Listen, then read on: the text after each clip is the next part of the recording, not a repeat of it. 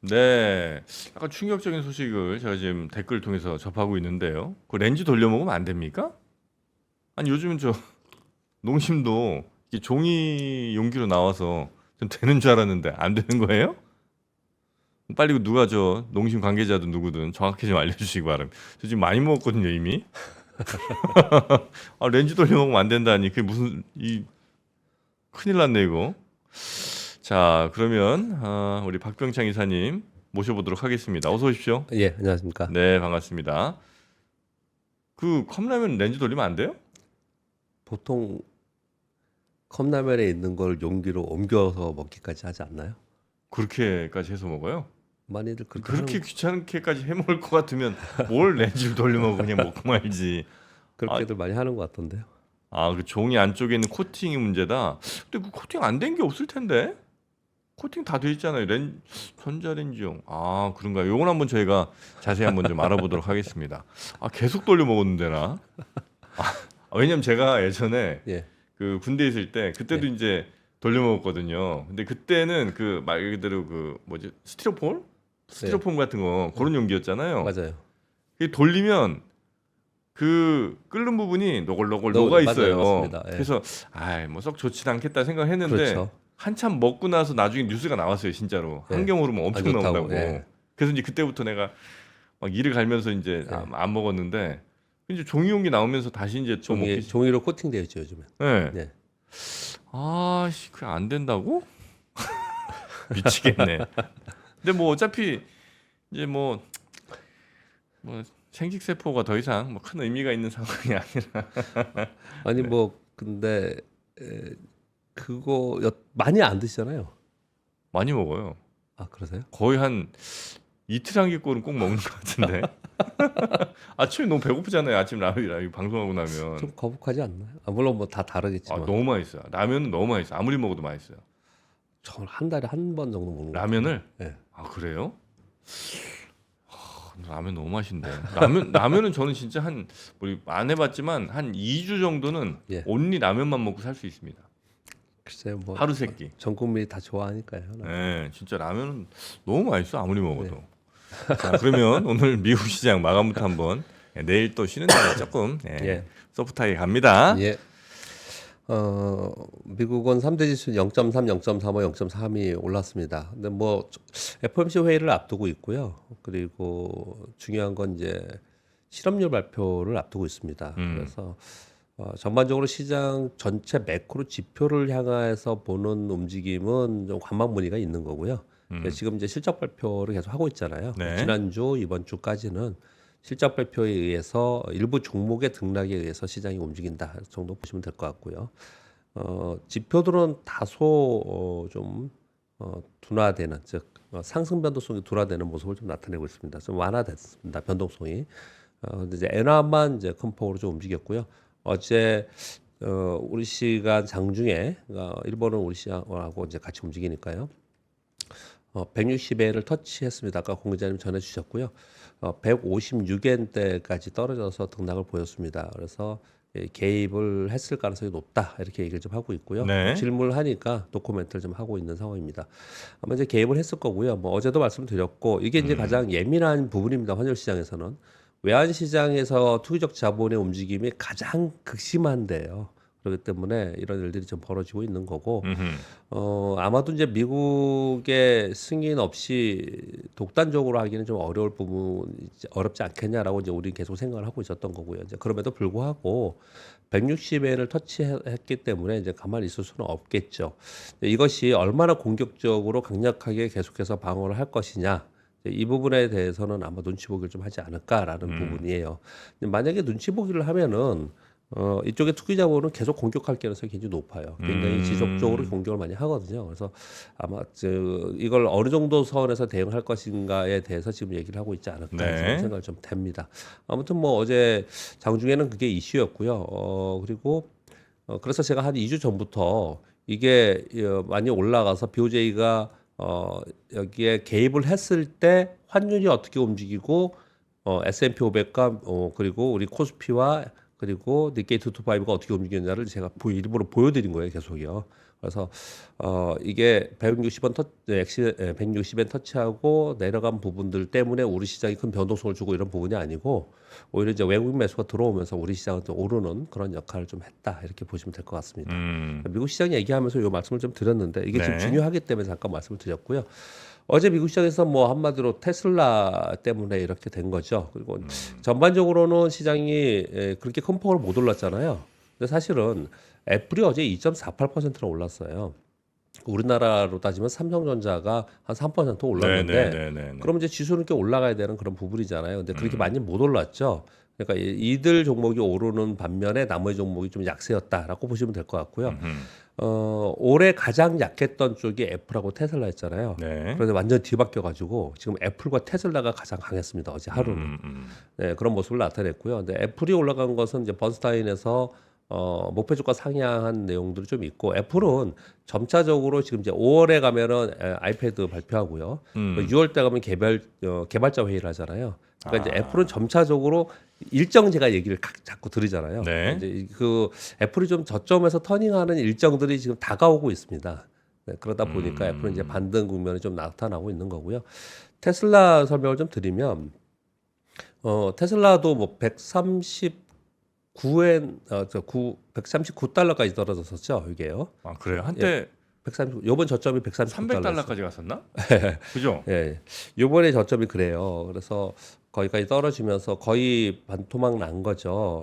그래서 300달러 근처까지 갔으니까요. 네. 그래서 이제 걱정들 많이 했고, 그래서 또 저도 뉴스를 가져오면서 그것으로 만든 우리나라 ELS나 이런 부분들이 좀 이제 문제가 되고 있다 이런 설명을 드렸잖아요. 근데 이제 이 뉴스를 떠나서 잠깐 우리도 이런 부분이 있습니다. 정프로님도 가끔마다 그런 말씀 주시는데 전에 우리 왜 홍콩 ELS 막 한참 염려하고 떠들었잖아요. 한참 이게 네네. 들썩들썩했잖아요. 어떻게 되죠? 그냥 손실 확정이죠, 거기. 손실 확정을 좀 했습니다. 그런데 그때 지수는 홍콩이 그때가 저점이었어요. 아 그래요? 네. 테슬라도 항상 그렇더라. 테슬라도 계속 그 걱정을 하면 그 얘기는 무슨 얘기냐면 그만큼 많이 빠졌다는 얘기예요. 그만큼 많이 빠져서 거의 이제 여기서 더 추락하기보다는 이제 그 문제가 되는 소위 물량들이 해소가 되는 과정이 이제 들어가는 거예요. 그렇죠. 그쯤 되면. 네, 그래서 그런 얘기들이 나오면 정말 많이 빠졌구나. 얘기가 그런 뭐 걱정거리가 나오면 진짜 걱정스럽다 이런 단순하게 보는 게 아니고 주식상은 항상 그 이면을 봐야 된다는 부분은 잠깐 언급을 좀 드리겠고요.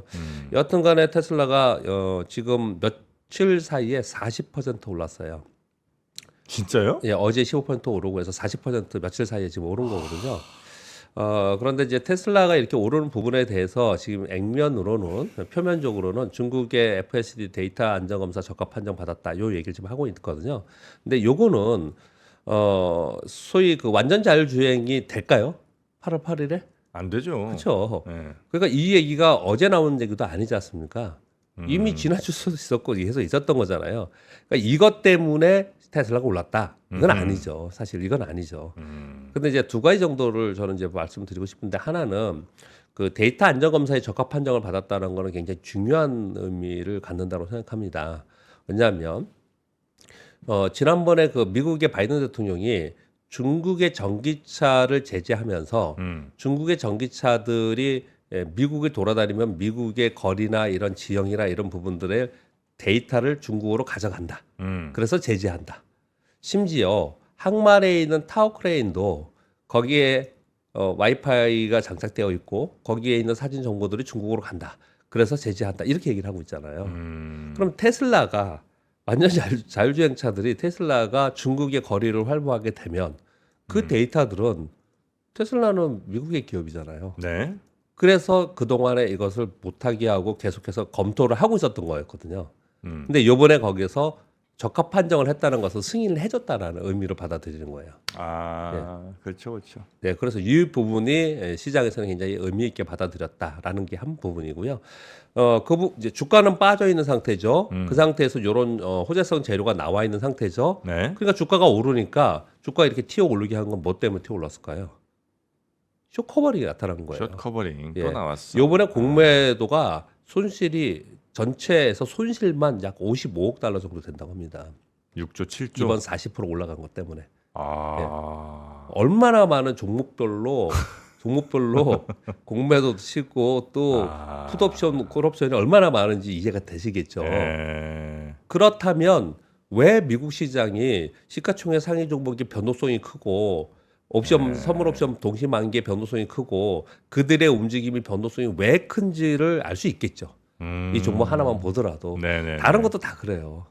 그래서 미국 시장도 가만히 보면 우리가 전체적으로 금리와 환율로 가지고 시장을 굉장히 이해하려고 매크로를 얘기를 하지만 그 안에 내부의 수급적 요인이 상당 부분 작용을 하고 있고 지금 미국 시장은 전체 매크로 이슈보다는 이런 부분들이 더 많이 작용을 했더라. 이렇게 좀 말씀드릴 수 있겠습니다. 네.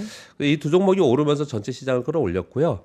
나머지들은 그동안에 올랐던 것으로는 뭐 1%, 2%좀 하락 조정을 보이는 그런 특징을 좀 보였습니다. 네네네. 어제 우리 시장 정말 예민한 시장 같아요. 어제 오후에 2차 전지 섹터와 전기차가 딱 오르기 시작을 하더라고요.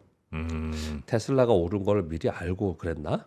우리 그런 의심을 해볼 수 있잖아요. 네. 추정을 해볼 수 있잖아요. 근데 꼭 보면은 미국의 반도체나 아니면 호재성 재료가 있을 때 우리가 후장에 좀 오르는 그런 특징을 좀 보이기는 합니다. 그런 것도 하나 좀 말씀드리고 싶고요. 어제 우리 시장은 코스피 1.1%, 코스닥 1.5% 올랐는데요.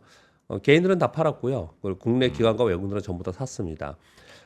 아침부터 외국인들이 현선물 매수가 들어왔고요. 그런데 아주 강하지는 못했어요. 네. 그래서 일정한 범위 내에서 왔다 갔다 하다가 오후 들어서 더 상승하기 시작했는데 오후에 2차 전지가 오르기 시작하면서 상승폭을 확대시킨 겁니다. 2차 전지 시가총액이 높기 때문에 그렇게 보시면 될 것 같고요. 특징적인 걸 좀 말씀드리면요. 그동안에 많이 올랐던 섹터, 뭐 반도체 우리 맨날 얘기하는 네. 반도체라든지 또는 또 뭐 있죠? 그 변압기 관련 종목이라든지 뭐 일부 종목들이 있잖아요. 근데 그런 쪽은 어제는 강하지 못했습니다. 그냥 보합권 근처에서 거의 대부분 있었고 너무 많이 올랐죠? 그렇죠. 어제 삼성전자도 보합에 있었어요. 뭐 오른 건 없지만 아무튼 그쪽은 그냥 보합권에 있었고요. 어제 생뚱맞게 뜻밖의 유화, 정유, 화학, 철광, 태양광, 풍력이 5% 7%씩 올랐어요. 네네네. 이게 왜 올랐을까라고 본다면 우리 이럴 때 항상 흔히 하는 말 있잖아요. 빈지털이 한다. 네. 낙폭가 되기 때문에 들어온다. 이런 얘기 많이 하잖아요. 근데 제가 볼 때는 지금 실적 발표를 얘들이 하고 있는데 실적이 괜찮아요. 네. 시장의 컨센서스보다 다 높게 발표를 하고 있습니다. 그럼 실적이 시장의 컨센서스보다 높게 발표하고 있는데 주가는 이렇게 많이 떨어져서 소외되어 있어? 야, 그러면 이건 단기적으로 받는 가능성이 있다라고 하는 심리가 수급으로 작용을 한 것이다라고 저런 판단이 되고 있습니다. 그래서 그들이 올라오면서 전반적으로 그동안의 주도 섹터였던 또는 주도 종목이었던 것들은 다 세워놓고 그렇지 않은 것들에서 전체적으로 오르는 그런 특징을 좀 많이 보였어요. 네. 어제 정말 오랜만에 LG화학이 7%나 올랐고요. 삼성 SDI도 뭐 올랐다 내렸다 했지만 어제 다시 올랐고 삼성전기, SK이노베이션, LS 일렉트릭 이건 개별 이슈가 있고요. 뭐 이런 네. 종목이 올랐고요. 그리고 여전히 계속 강한 쪽은 전력 설비하고 전선이 어저께 테마에서는 가장 강했고요. 그리고 유리기판 있잖아요, 반도체. 네. 이 테마는 아직 살아 있어요. 그래서 여기 강하게 나타나고 있고요. 그리고 화장품과 미용기기도 상승하는 모습을 나타냈습니다. 요거는 그동안에 계속 흐름에 있었던 거고요. 근데 어제 새롭게 강세로 보였던 곳은 낙폭가대에 있었던 뭐 정유화학, 철강, 태양광, 풍력 이런 쪽에서 반등을 하면서 지수를 끌어올렸다. 그렇게 이해하시면 될 것 같아요. 네. 만일 이들이 오르는 동안에 주도 섹터 애들이 빠졌어요. 네. 그럼 지수는 못 올랐을 거예요. 근데 이제 주도했던 섹터들에서는 멈춰 있었습니다. 보합권에 있었고 보합권에 있는 상태에서 얘들이 올라오니까 지수는 좀 올라오는 그런 특징을 보였고 후장에서는 2차 전지가 오르면서 지수가 오르는 것은 더 보탬이 많이 됐다라고 보시면 될 것 같습니다. 그 이제 주식 앱 같은 게 있지 않습니까? 예. 그 주식거래 MTS 같은 거. 예, 예. 이건 이제 하다가 어떤 오류인지 예를 들어 제가 뭐 10,000원에 100주를 산 게 있는데 근데 그 10,000원이 예를 들어 1,000원으로 표기가 돼 있어요. 그럴 수가 있나요? 그럴 수가 없죠. 예. 근데 그렇게 돼 있어요. 예. 그래서 예를 들어 걔가 뭐 한 9,000원이에요 현재가. 원래 예. 마이너스 10이 돼야 되는데 예. 플러스 900%막 이렇게 돼 있어요. 예. 그러면 그거는 저 장 시작하고 이렇게 거래를 했을 때 예. 거래가 되나요? 아니면 여기 이제 다시 저 서버 같은 데서 이제 체크해 갖고 다시 정정이 좀 되나요? 과거에 그런 사례가 있었죠. 그래서 거래가 된 경우가 있었습니다. 아 그렇습니까? 그래서 나중에 다 정정했죠. 정정해요? 예. 왜? 그거는 시스템 오류라서 정정을 했죠. 아 그래요? 과거에. 예. 알겠습니다. 쥐들 잘못이었네. 그런 일은 거의 없고요. 어떤 데서 있으냐면 이제 파생 상품에서 그런 경우가 발생을 하고요. 네. 예전에 한번 그런 적이 있었잖아요. 모 증권에서 그냥 모 증권을 하겠습니다. 네. 모 증권에서 나와야 되지 않아야 될 물량들이 그냥 나온 거예요. 네. 그래서 그것을 관련돼서 그걸 알고 있는 직원들이 그거를 지금 말씀하신 대로 네. 낮은 가격에 그냥 다 사버린 거예요. 네. 이익이 어마어마하게 몇십억씩 났어요. 다. 아. 근데 그걸 뻔히 알고 있었잖아요. 네. 알고 있었는데 이거 잘못됐다고 알았는데도 불구하고 거래를 그냥 시도를 한 거잖아요. 그때. 아. 그래서 나중에 다 원위치 했고요. 그걸 알고서 했던 핵심 부서에 있는 사람도 징계받고 그렇게 했었어요. 아 그렇습니까? 이제 그런 일이 있었는데 그런 일이 발생이 진짜 거의 없고요. 거의 없고 시스템에 의해서 문제가 발생됐을 때는 아마도 정정하는 걸로 저는 알고 있고요. 반대로 손실인 경우 생각해 보면 이익인 경우잖아요. 이익인 경우에 시스템이 그렇게 됐으니까 난 이익은 내 거 줘. 이렇게 얘기할 수 있잖아요. 네네네. 손실인 경우는 어떻게 할 거예요? 손실인 경우 가만히 있을 거예요? 아니지 않습니까? 손실인 경우엔 다 보상해 줍니다. 그런 일로 발생된 손실은 아. 전산 시스템의 문제로 당연히 인한 그렇게 해야 되겠죠. 그렇죠. 그러면 이익도 당연히 그렇게 해야 되요 아니 여튼 아니지 봐봐요. 예. 예를 들어서 어느 가게에서 예. 가격표를 붙여요. 예. 근데 직원 실수로 예. 3만 원짜리를 3천 원으로 붙였어. 예. 3천 원 주고 사왔어. 예. 그렇다고 그거를 2만 7천 원 다시 달라고 할 수 있나요? 이건 전산이니까요. 전산이니까. 누구나 다 이렇게 인정하는 부분이니까. 알겠습니다. 네. 보편적으로 인정이 되는 부분이니까요. 네네. 예, 그렇게 갑자기 왜 그걸 말씀하시는지 모르겠는데 예. 오늘 삼성전자 실적 발표가 있고요. 그리고 중국의 제조업 및 서비스 PMI가 있고 AMD, 아마존, 3M 등 이제 실적 발표가 여전히 계속 있습니다. 그래서 실적에 따라서 계속 움직이는 모습이 나타날 거고요. 환율과 국제 수익률 상승 변동성은 다소 진정되면서 시장이 좀 반등을 하고 있습니다. 네, 그런 가운데 주요 기업들의 실적 발표로 인해서 시장이 견인되고 있고요. 그리고 종목별 차별화는 굉장히 심화되고 있는 상황입니다. 결국 지금 제가 전일 시황하면서 말씀드렸지만 FOMC 결과 그리고 실업률 지표를 앞두고 지금은 매크로 지표가 시장을 좌우하지 않고요. 단기적으로는 수급에 의해서 일어나는 그냥 종목 장세다. 그래서 제가 일부러 그것도 설명을 드리는 거예요. 지금 테슬라가 저점으로부터 반등하니까 뭐 단기간에 변동성이 심하면 뭐 30-40% 오를 수도 있죠. 우리나라 기업들 그런 기업들이 있지 않습니까? 그런데 이런 일이 왜 벌어지느냐? 지금의 상황에서 시장이 대세 하락, 대세 상승에 이런 어떤 추세를 갖고 가면 이런 일이 벌어지지 않을 텐데 이 종목 장세가 이루어지다 보니까 수급 쏠림에 의해서 이런 것들이 벌어지고 거기에 공매도의 쇼키즈가 상당히 그런 이런 일들이 이제 벌어지게 만들었다. 예, 그렇게 설명을 좀 드리는 겁니다. 이제 국내는 이제 실적 발표 기업들을 최근에 이렇게 봤더니 네. 우리가 보면 외국의 기업들의 실적 발표에 굉장히 관심 있게 저도 매일 아침 이렇게 말씀드리잖아요. 뭐 애플 실적 발표 한번 말씀드리고 테슬라 실적 발표 말씀드리잖아요. 네. 근데 국내 기업들은 삼성전자나 뭐 아니면은 몇 개 기업들 빼놓고는 실적 발표 뭐 하는가 마는가 하잖아요. 관심도 없어. 예. 웬 자기 거는 관심이 있지만 예. 그런데 전체적으로 쭉 보시면요. 요번에 우리 기업들이 실적 발표가 대부분 컨센 대비 잘 양호한 나왔죠. 실적 발표를 하고 있습니다. 예, 그런 것 같아. 예, 요즘에 다 그렇게 하고 있어요. 워낙에 컨센서스 즉 눈높이가 낮아 있는 상태였고요. 낮아져 있는 상태보다 높은 것이 한 가지가 있고 또 하나는 환율 수혜도 상당히 부분이 좀 있습니다. 그래서 이런 부분들을 전체적으로 볼 때는 이렇게 실적이 좋으면은 좋게 나오면은 기업들은 어느 정도 올라올 수 있고 그 기업들이 주가가 오르는 게 전체적으로 합쳐진 게 지수의 움직임이잖아요. 네. 그런 부분들을 보면 좀 양호하게 흐름이 좀 되고 있다라고 보시면 될 것 같아요. 그러면서 어떤 변화가 좀 생겼냐? 기존 강세 종목들은 얘네들은 실적도 좋고 향후 실적이 좋을 것이라는 스토리를 가지고 있었잖아요. 그런데 실적에 대해서도 불투명하고 그리고 향후 스토리도 불투명한 소위 소외 섹터들이 있었지 않습니까? 네네. 얘들은 아예 관심도 없었는데 지금 실적 발표를 하다 보니까 실적이 괜찮네. 야, 그러면은 주가는 여기서부터는 이 정도는 가야지. 이렇게 지금 되고 있는 거예요. 그러면서 네네네. 그들 종목들이 지금 반등하는 그런 국면에 있다. 그렇게 보시면 좀 될 것 같습니다. 그 실적이 오늘 나오는 거예요? 삼성전자? 오늘 발표하는 걸로 예정. 예, 그렇게 그- 되어 있습니다. 저기 그 잠정치는 발표가 발표했죠. 됐죠. 예, 했습니다. 뭐 거기서 뭐 크게 달라지진 않을 건데 이제 보통은 그렇죠. 이게 이제 확정치 같은 거예요. 예, 확정치가 아. 나오는 거고요. 근데 중요한 거는 잠정치 할 때 가이던스 발표를 안 하잖아요. 아, IR을 안 하잖아요. 네네네. 근데 이제 본실적 발표할 때는 IR을 하니까 아. 가이던스와. 근데 그래서 더 훨씬 더 중요한 거죠. 네네네. 그렇게 보시면 될 것 같습니다. 전체 우리 시장은 여전히 이제 외국인들 선물 거래와 프로그램 거래에서 이제 왔다 갔다 하고 있는 그런 상황이에요. 그래서 설명드리기를 그거 쳐다보지 말고 시장 전체의 흐름을 매크로 지표 당분간 쳐다보지 말고 시적성 시즌이잖아요. 그냥 종목의 실적과 차트 수급만 보고 움직이는 그런 거래를 당분간 좀 해도 되는 그런 상황이 됐습니다.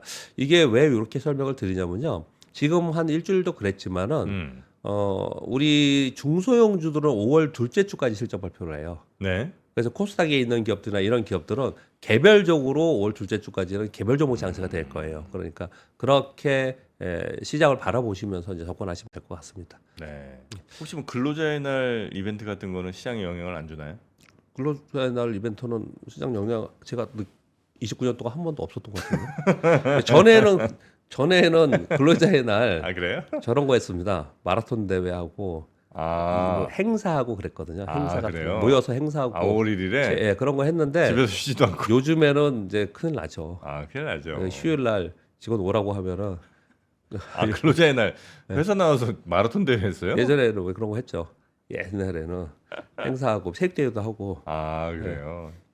참 예전에는 진짜 일들 열심히 하셨어.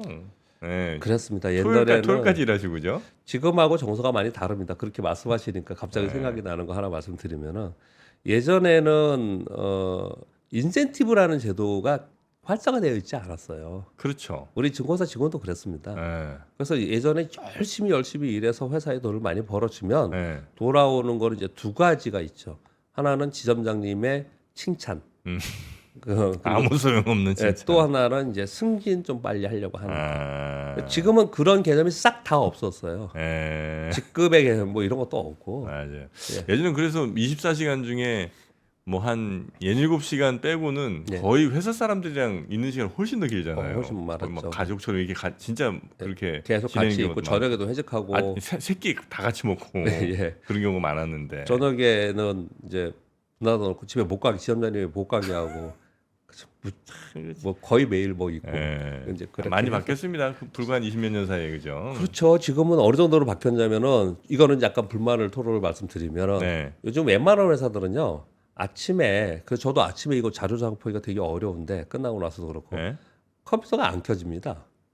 아, PC가 켜지질 않아요. 아예. 아, 전원 자체가 안 들어와요. 전원은 들어오는데 화면이 아예 잠금 장치가 되어 그러니까 있어요. 회사 이 접속이 안 된다는 거잖아요. 예, 그죠? 잠금 장치가 아예 되어 있어서 뭐 HTS 이런 거 하나도 못 보고요. 아. 자료를 하나 못 보고 그리고 오후에 또 4시가 되면은 영업 꺼져요 직원들은 그냥. 예.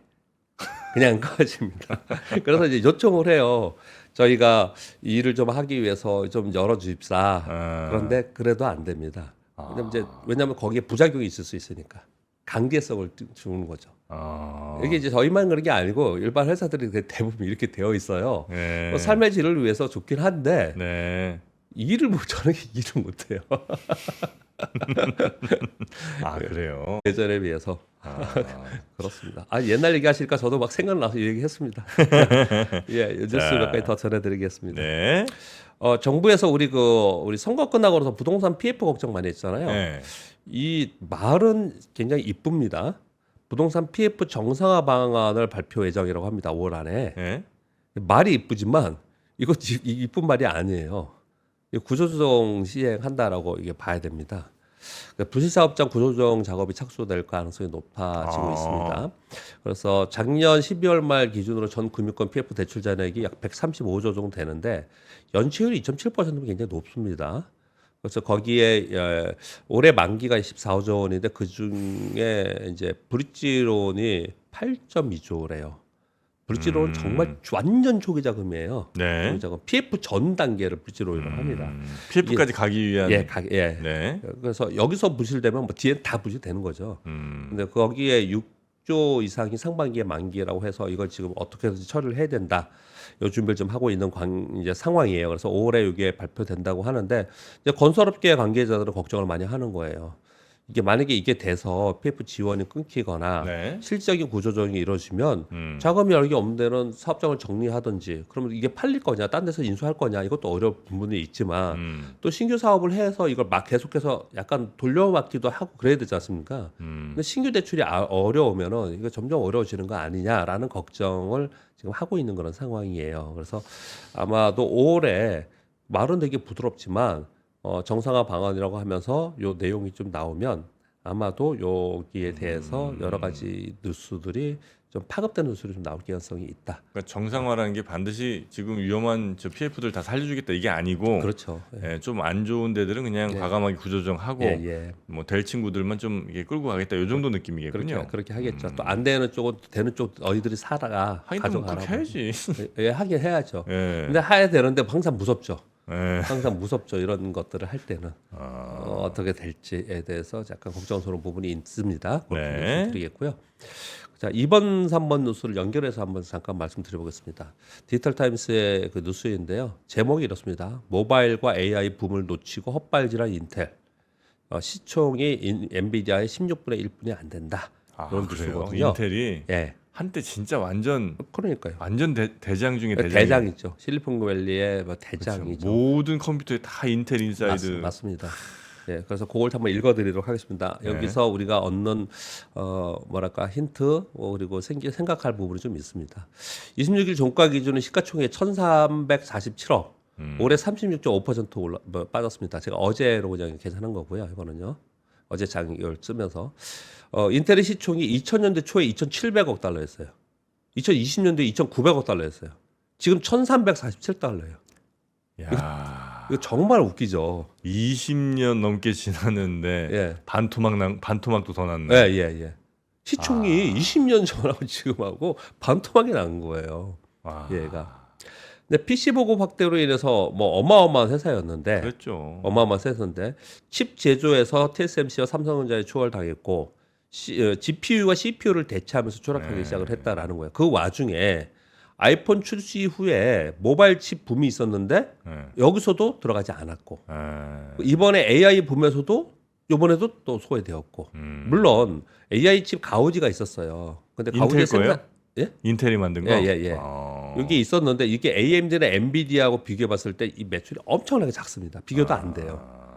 이제 그런 상황이 됐는데 왜 그랬냐를 봤을 때 두 가지를 놓쳤다는 거예요. 네. 아이폰 출시 후에 모바일이 막 붐했을 때, 이번에 AI 붐했을 때 이 둘 다 놓치고 있었던 상황이다. 그래서 이걸 쫓아가기 위해서 여러 가지 해보겠다라고 하면서 인텔이 지난번에 실적 발표하면서 하반기에 회복을 하고 뭐라고 얘기를 했는데 자기들 스스로 어떻게 발표했냐면 연내 수익성 개선은 어려울 거다. 자체 분석 이렇게 얘기를 좀 하고 있는 상황이에요. 네. 자, 이거는 그냥 현상입니다. 현상. 이건 그냥 현상이에요. 이 현상 속에서 자, 요 3번 뉴스에서 읽어드리겠습니다. 미국 반도체 지원법 확정 보조금이 약 293억 정도 지금 다 주고 있는 게 그렇습니다. 삼성전자도 받고 인텔, TSM 다 받기로 돼 있잖아요.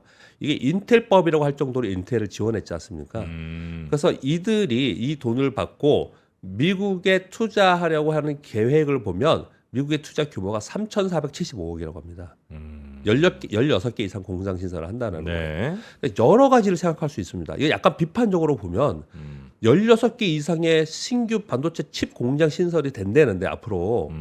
그래서 미국의 입장에서는 지금 이걸 자랑하겠죠. 네. 293억 주고 3,500억 정도의 투자를 받아서 공장 신설하니까 뭐 이런 얘기를 하겠죠. 네. 근데 반도체 섹터의 전체적인 중장기적 흐름을 볼 때는 이때 가서 이거 문제 안 되겠냐. 이런 얘기를 또 할 수도 있는 거고요. 네. 또 이 안에서 치열하게 경쟁을 하겠죠. 이 경쟁 속에서 인텔이 이렇게 이 시기를 이 붐을 딱 놓치니까 이런 결과가 나오지 않습니까?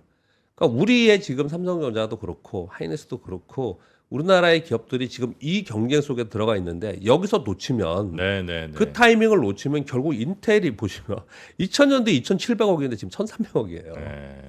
인텔이 그러면은 사양 산업이냐? 아니란 말이에요. 그래서 좀 뭐 시사하는 점이 있어서 네네. 이 내용을 좀 한번 가져왔고요. 한 시대 하여튼 성공 요인이 예. 다음 시대의 발목을 잡는 요인이 된다. 저는 이거 항상 그렇죠. 예. 그건 분명히 있을 수 있겠죠. 너무 잘 냈어. 뭐 승자의 저주라고도 하고요. 뭐 네. 그런 부분이 있긴 하죠. 짧게 그냥 세 가지만 더 말씀드리겠습니다. 현대차, 기아가 하이브리드 차량을 전차적으로 확대한다. 뭐 당연히 그렇게 그래요? 해야겠죠. 하이브리드가 지금 대세니까. 네, 대세니까 어마어마하게 팔린다고 합니다. 1분기 친환경차 친환경 차에서 현대차 15만 대 중에서 거의 1만 대가 하이브리드고요. 네. 기아도 한 15만 중에서 거의 또 1만 대가 하이브리드라서 전차종으로 확대해서 하이브리드로 가겠다. 전기차 믹스를 줄이겠다라는 게 또 좀 걸리는 부분이에요. 네. 그렇게 보시면 될 것 같고요. 아, YA가 중국 시장 내에서 AI 제품을 위한 자체 HBM 생산을 하겠다라는 계획을 발표한 게 내용이 나왔어요. 그래요? YA 정말 진짜 많이 쫓아오고 있습니다. YA가 CPU도 만듭니다 요즘에. CPU도 만들고 그러거든요.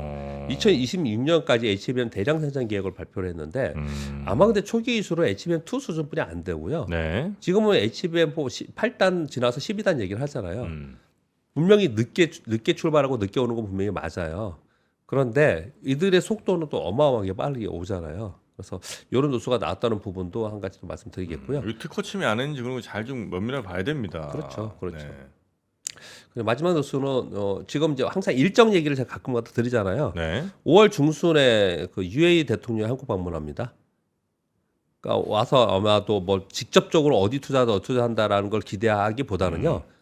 아마도 요게 뉴스가 돼서 네. 지금 여기 써 있는 원전 방산 에너지 플랫폼 여기 관련된 기업들이나 섹터들 있잖아요. 네. 요거 한번 움직일 가능성이 있어요. 이런 뉴스가 나오면은. 그래서 이 일정을 참고해서 좀 보셨으면 해서 요 일정까지 말씀드렸습니다. 아랍에미레이트 같은 데는 여기 대통령이 실권이 좀 있나? 아니면 왜 이렇게 가끔 보면 대통령은 있는데 또 예. 국왕이 따로 있고 뭐 이런. 아니요. 여기는 대통령이 그렇습니까? 어마어마한 부자예요. 그렇습니까? 네. 전에 자. 우리가 한번 갔었고요. 우리 대통령이 갔었고. 그래요? 네, 이제 답방으로 오는 거잖아요. 그래서 그때 했었던 내용들을 가지고 좀 얘기가 되지 않을까라는 얘기를 좀 하고 있어요. 그러니까 구체적으로 뭐다 어떤 기업이다 이것도 굉장히 중요하겠지만 시장은 분위기를 만드는 게 이제 중요하기 때문에 네. 이제 참고로 좀 하실 필요가 있을 것 같습니다. 네. 자, 그러면 오늘 우리 박병창 이사님과는 요 정도로 마무리하고요. 내일은 조금 쉬시고 네. 목요일에 뵙도록 하겠습니다. 네.